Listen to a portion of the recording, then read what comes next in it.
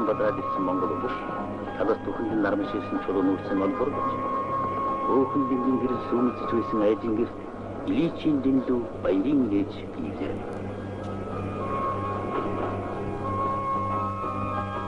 Ядадад цэглэн эрчим хүчийг өөрсдөн үйлдвэрлэж, судас мэт салаалах шугам сүлжээгээр түгээж, аж үйлдвэрийн зүрхийг тэтгэж, ахуй соёлынхон төвшин өргөж, амьдралынхаа өнгөийг засаж байна.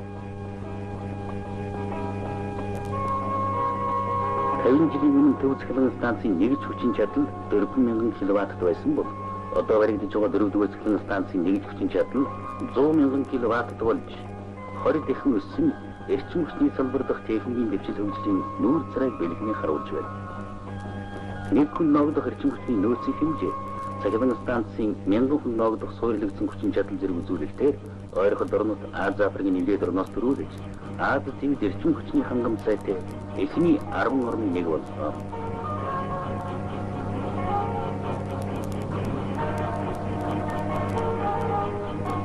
Манай улс эдийн засгийн харилцан туслах зөвлөлийн цэглэн эрчим хүчний байнгын комиссад 1973 онд гишүүнээр хэлсэн орсноор энэ салбарын шинжилгээ ухаан техникийн хэвтийн төлөвийн улс ардын эзхэн хөгжилтэй уялдуулан боловсруулахад хамтран ажиллаж комиссийн бүх үйл ажиллагаанд идэвхтэй оролцох болсон.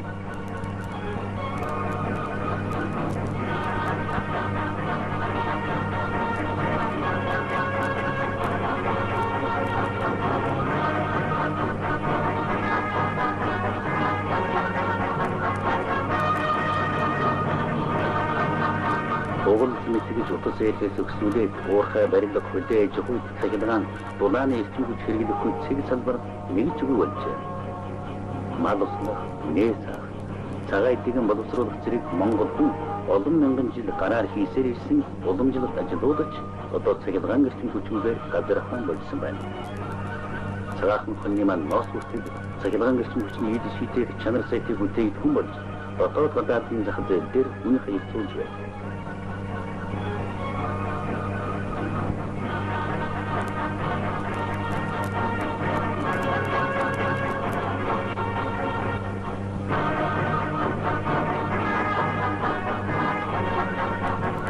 Цэглэн эрчим хүч хай чанар сахалгуулж чадна.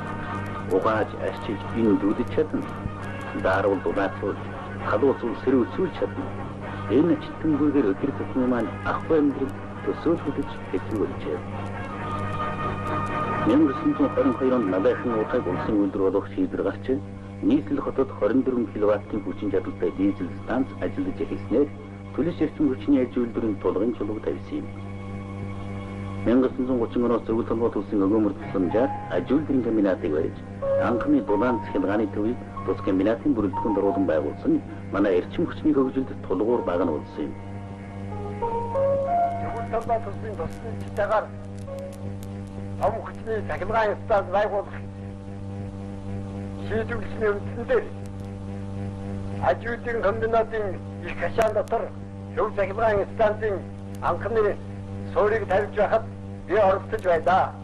Тэр үед зөвлөлийн мэргэжилтийн багш Шөрөнков, Баганов станцын суурийг тавьхад хэлэн тэмдэглэсэн надад чинь сайн буян гоёрыг сонсож байна. Багш нарын сургамжаар би болон манай бусад нөхдүүд ишийг сурч техникийн мэргэжилтэн болж чадсан юм аа. Үнэн сэнний 1932 оны 9-р сарын 22-ны дугаар үжилтэй мөн түүний хамтаар эдгээр үйлдвэрийн газар нь мотор хэмээх ихээхэн хүчтэй машиныг жолоодон хөдлөх хүчин хэрэгтэй болсон. Үүний хүчийг далгуулахын тулд тусгай цахилгаан хүчин гаргах нэгэн ихээхэн өндөр байшин барьж түүний дотор цахилгаан хүчийг гаргах их зуух барих гэж байна гэжээ. Аливаа хөгжил дэвшил гэрэл гэгээг араасаа дагуулдаг хойно улс орон хөгжиж хот суурин олширч үйлдвэр уурхай нэмэгдэх тутам тэдгээрийн эрчим хүчний хэрэгцээг хангах шаардлага урган гарсан юм. Монгол Ардын улсуудын 15 дугаар хүрээр батлагдсан намын програмд өөрийн нөөц зүйлийг дээд хэмжээгээр ашиглаж цахилгаан станцыг олшруулан хүч чадлыг нэмэгдүүлэх, цахилгаан дамжуулах өндөр хүчтэй шугам тавьж тус орны нэлээд газар эрчим хүчний төвлөрсөн систем байгуулах, чулуун өөрсний орд ашиглах, бусад төрлийн төлөс эрчим хүчний угсруулж хэрэглэх зэрэгээр төлөс эрчим хүчний үйлдвэрийг илүү түргэн хурдцтай хөгжүүлэн улс ардын аж ахуй, хүн амын цахилгаан эрчим хүч, Түлшний хэрэгцээг улам бүр сайн хангах зорилт дэвшүүлэн тавьсны дагуу Чойволсон, Сүхбаатар хотод Баян мөлгийн тулсан цэнгэл хар хоринд чулуун үүсээр ажилладаг дулаан цахилгааны төвүүдийг барьж байгууллаа. Ийм цахилгаан станцуудын нийлбэр хүчин чадал 1980 онд 230,000 киловаттт хүрчээ. Нарийн төмөрсөн ашиглалтанд орсноор эх орны хойд хилээс өмнөд хязгаар хүртэл цахилгаан дэнлүү асааж гэрлийн шугам татсан юм.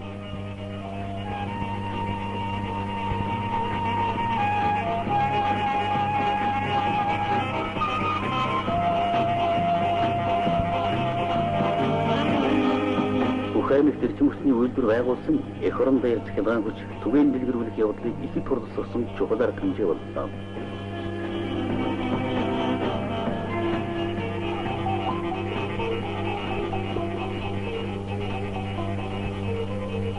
Улаасардын иж ахуй соёлыг хөгжүүлэх 3 дугаар 5 жилийн төлөвлөгөөний гол чухал объект Дарханы ижүүрийн зохицол зургийн гол зэрэг болсон Дулааны томоохон цахилгаан станцыг 1966 онд ашиглалтанд оруулснаар аж үйлдвэрийн чухал арьяануудыг хамарсан эрчим хүчний ирээдүйн нэгдмийн систем байгуулах бааз бий боллоо. Тусгай станцын нээлтэн зөвлөлт улсын коммунистийн зургийн ерөнхий нарийн бичмээр Леонид Терешин Монгол Ардын улс орны төвхөрөний нэгдүгээр нарийн бичмээр нөхөр Сэтгүнбанаар оролцсон эрчим хүчний амьдрал мартагдахгүй үйл явдал болсон юм.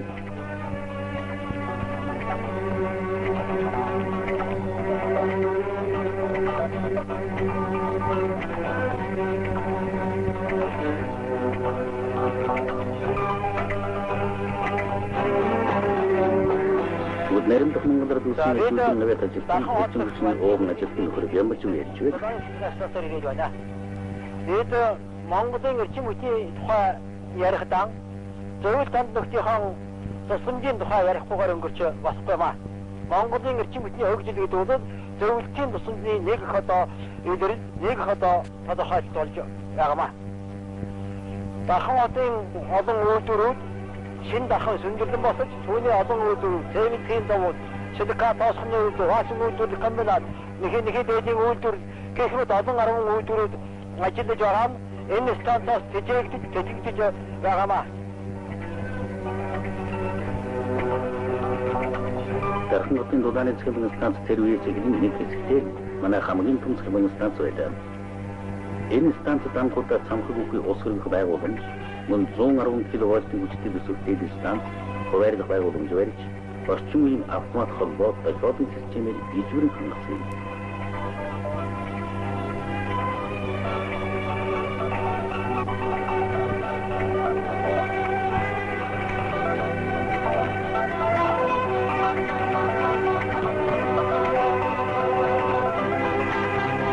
Эрчим хүчний салбар одоогийн байдлаар далшхан үйлдвэр аж ахуйн газартай жилдээ 600 сая төгрөгийн бүтээгдэхүүн үйлдвэрлэдэг томоохон салбар болж аж үйлдвэрийн хөгжлийг хөтөлж явна.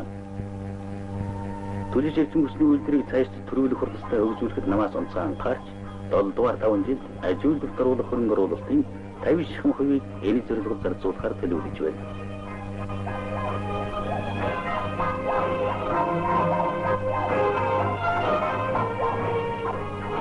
Эрчим хүчний салбар аж үйлдвэр төрүүлэх хурластай хөгжиж байгаагийн нэгэн адил эрчим хүчний ажилтан ажилчдын дунд социалист уралдаанд хошуучлагч шинийг санаачлагчид олон байна.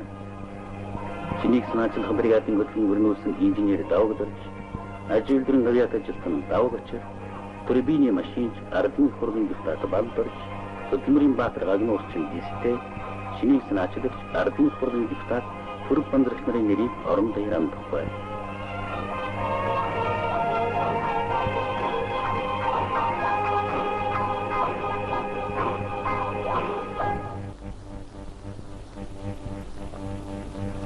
Гэсэн 26 оны цахилгаан станц 500 кВт-ийн хүчтэй байсан. 1934 онд үйлдвэрийн комбинатын цахилгаан станцыг ашиглалтанд орж яваад ирээд очиж ажилласан. Тэгээд ажиллаж байхад тийм ээ. Бацсахгүй гач хэлээс тоогч хийж байгаа цахилгаан комбинатын анхны дараагаар томилуулан ажилласан юм. Үндэсний мэргэжилтэй боловсон хүчин гэж бараг байсангүй. Ажлын болог зөвлөлтийн мэргэжилтнүүд л нугалдаг байлаа шүү дээ. Цахилгаан гэрлийн хороо 1930 онд 20 ажилчинтай байсан бол одоо эрчим хүчний салбарт 10,000 гаруй хүн ажиллаж байна.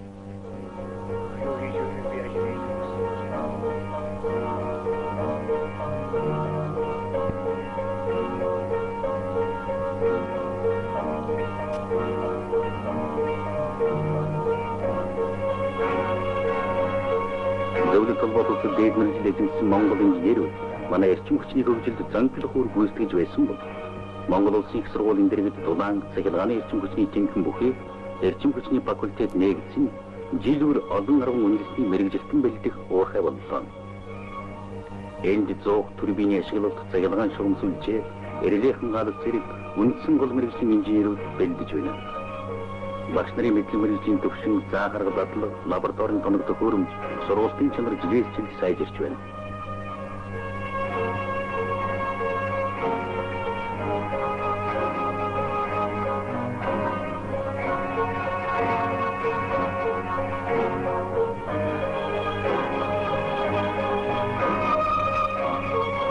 Улсын эрчим хүчний салбарын хөгжлийн нэг чухал алхам нь эрдэм шинжилгээ зураг төслийн бие даасан институттэй болсон явдал юм. Өнөөдөр энэ институт орчин үеийн тоногдох хөрөмжөөр тоноглогдсон их хүч чадалтай нүүрсний уурхай, 110 кВт-ийн хүчтэй үхий цахилгаан дамжуулах шугам, дэд станцын зураг төсөл, салбарын үйлдвэрүүдийн техник зохион байгуулалт, их засварын ажлын төсөл боловсруулах хүч чадалтай болсноос гадна тус салбарын өмнө тулгамдсан шинжилгээ ухаанд үйлдвэрлэлийн асуудлыг шийдвэрлэж байна. Тус институт одоо жилдээ 2 сая ширхэг төгрөгийн зураг төслийн програмд ажил гүйцэтгэж, шинжилгээ ухааны техникийн төлөвлөгөөний дагуу 20 орчим сэдвт ажил хийж байна. Энэ ажиллагчдын 70% бүрэн дэд боловсролтой, эрдэм шинжилгээний ажилтнуудын 25% эрдэмийн хэрэгтэй.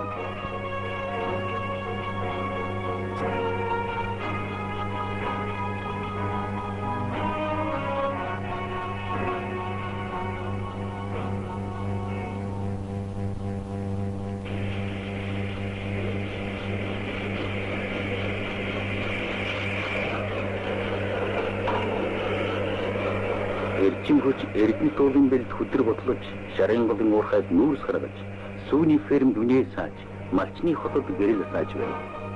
Энэ түүнийг уудын хэвчрүү, уурхайн гүн лүү, тавын айл руу хөтлөн байна.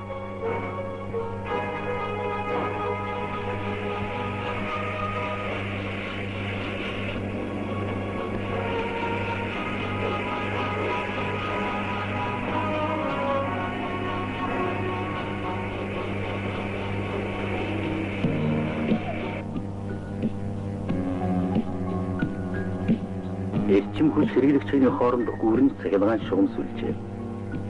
Анхны цахилгаан станц эрчим хүчийн шууд генератороос түгээж байсан бол 1928 онд анхны дэд станц байгуулагдаж, улмаар 2000-6000 вольтын шугам барьж эхэлснээр одоо 110 кВт, 220 кВт-ийн цахилгаан дамжуулах шугам барьж байгуулдаг боллоо. 1967 оноос тус орон цахилгаан эрчим хүчний анхны систем үүсэж, их эрчим хүчний үүсвэр тавигдаад одоо зөвлөлт болоод улсын Сибирийн эрчим хүчний нэгдсэн системтэй зэрэгтэй ажиллаж байна.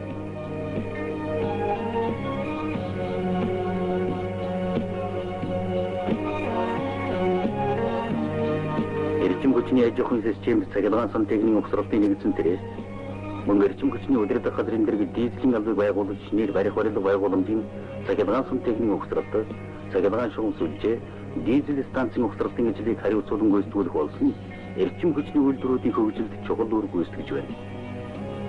1974 онд төвийн эрчим хүчний системийн нэгдсэн засварын газар байгуулагдсанаар цаашдын эрчим хүчний салбарын цахилгаан дулааны тоноглолын их засвар, техникийн шинжилгээ, эрчим хүчний барилга угсралт, засварын бас нэг чухал мэргэжлийн байгууллага болон хөгжиж байна.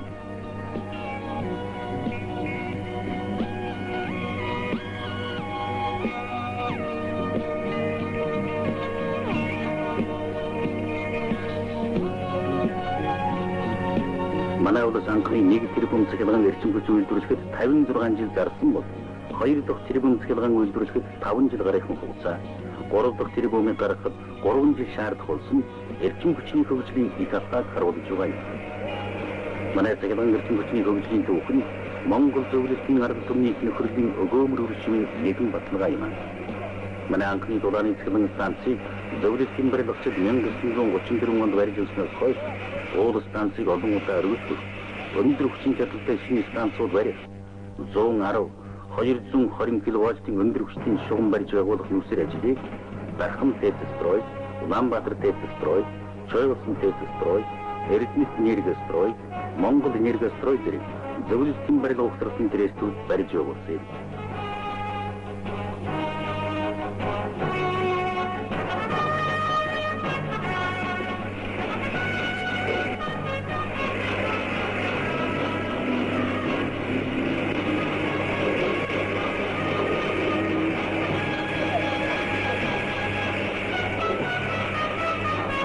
Одоо ч манай төлөвлөсний ажилтны сар болсон Багнуурын гижүүрийн цогцлоор Улаанбаатарын дөрөвдүгээр цэвэн станцын барилга байгууламж ухсралтын ажлыг зөвлөлтийн техник мэргэжилтнүүдийн тусламжаар байгуулж байна.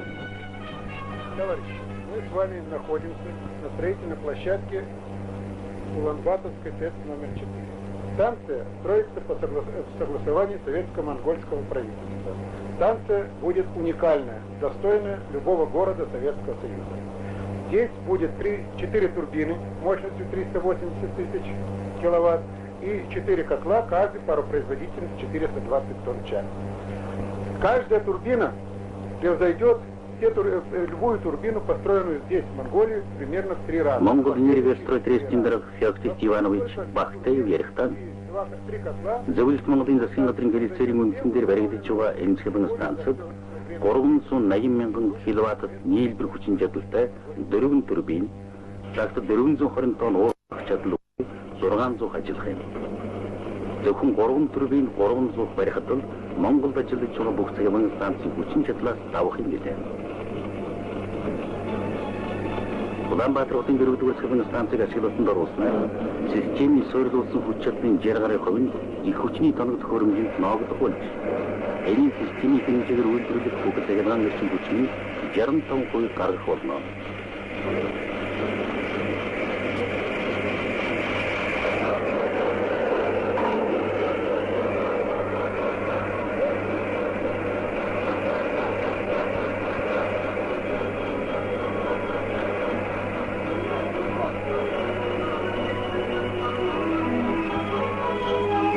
Тонн цэвэн галдаж, тоондоо мөнгөнөр дээдлэг их үйлсэд зөвлөлт холбоот улс материал техник мэргэжилтний тусламж байнга үзүүлсээр байна.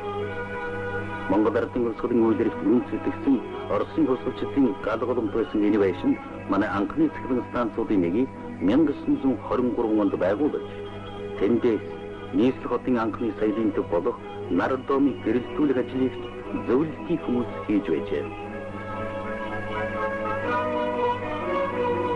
Хааны ордын бүхэл харанхуй байсан Монгол орн өнөөдөр эрчим хүч хэмээх мөнгөний нартай болсон.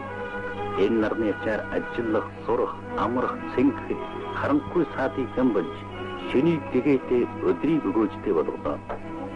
Тэгэхэд эрчим хүчин нар хэн турган мандсан биш.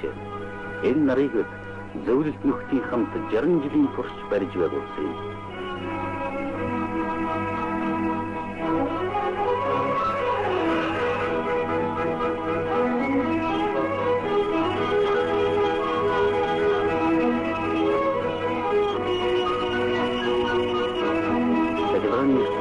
Талын масны хүү бурамтагдан хөтөлж явна. Энэ шугам ангамл говийг туулж, алтайн даваагч давна. Хотыг алгасалгүй дийлгүүлж, хотол даяар мөнгөний дэнд басан. Зөвлөлт засаг дээр улс орноо нийтээр нь цэглгаанжуулсан нэмбэл коммунизм болно гэсэн. Иличийн сургаалыг манай нам алхан тутамдаа мөрдөж яваагийн үр дүн энэ байна.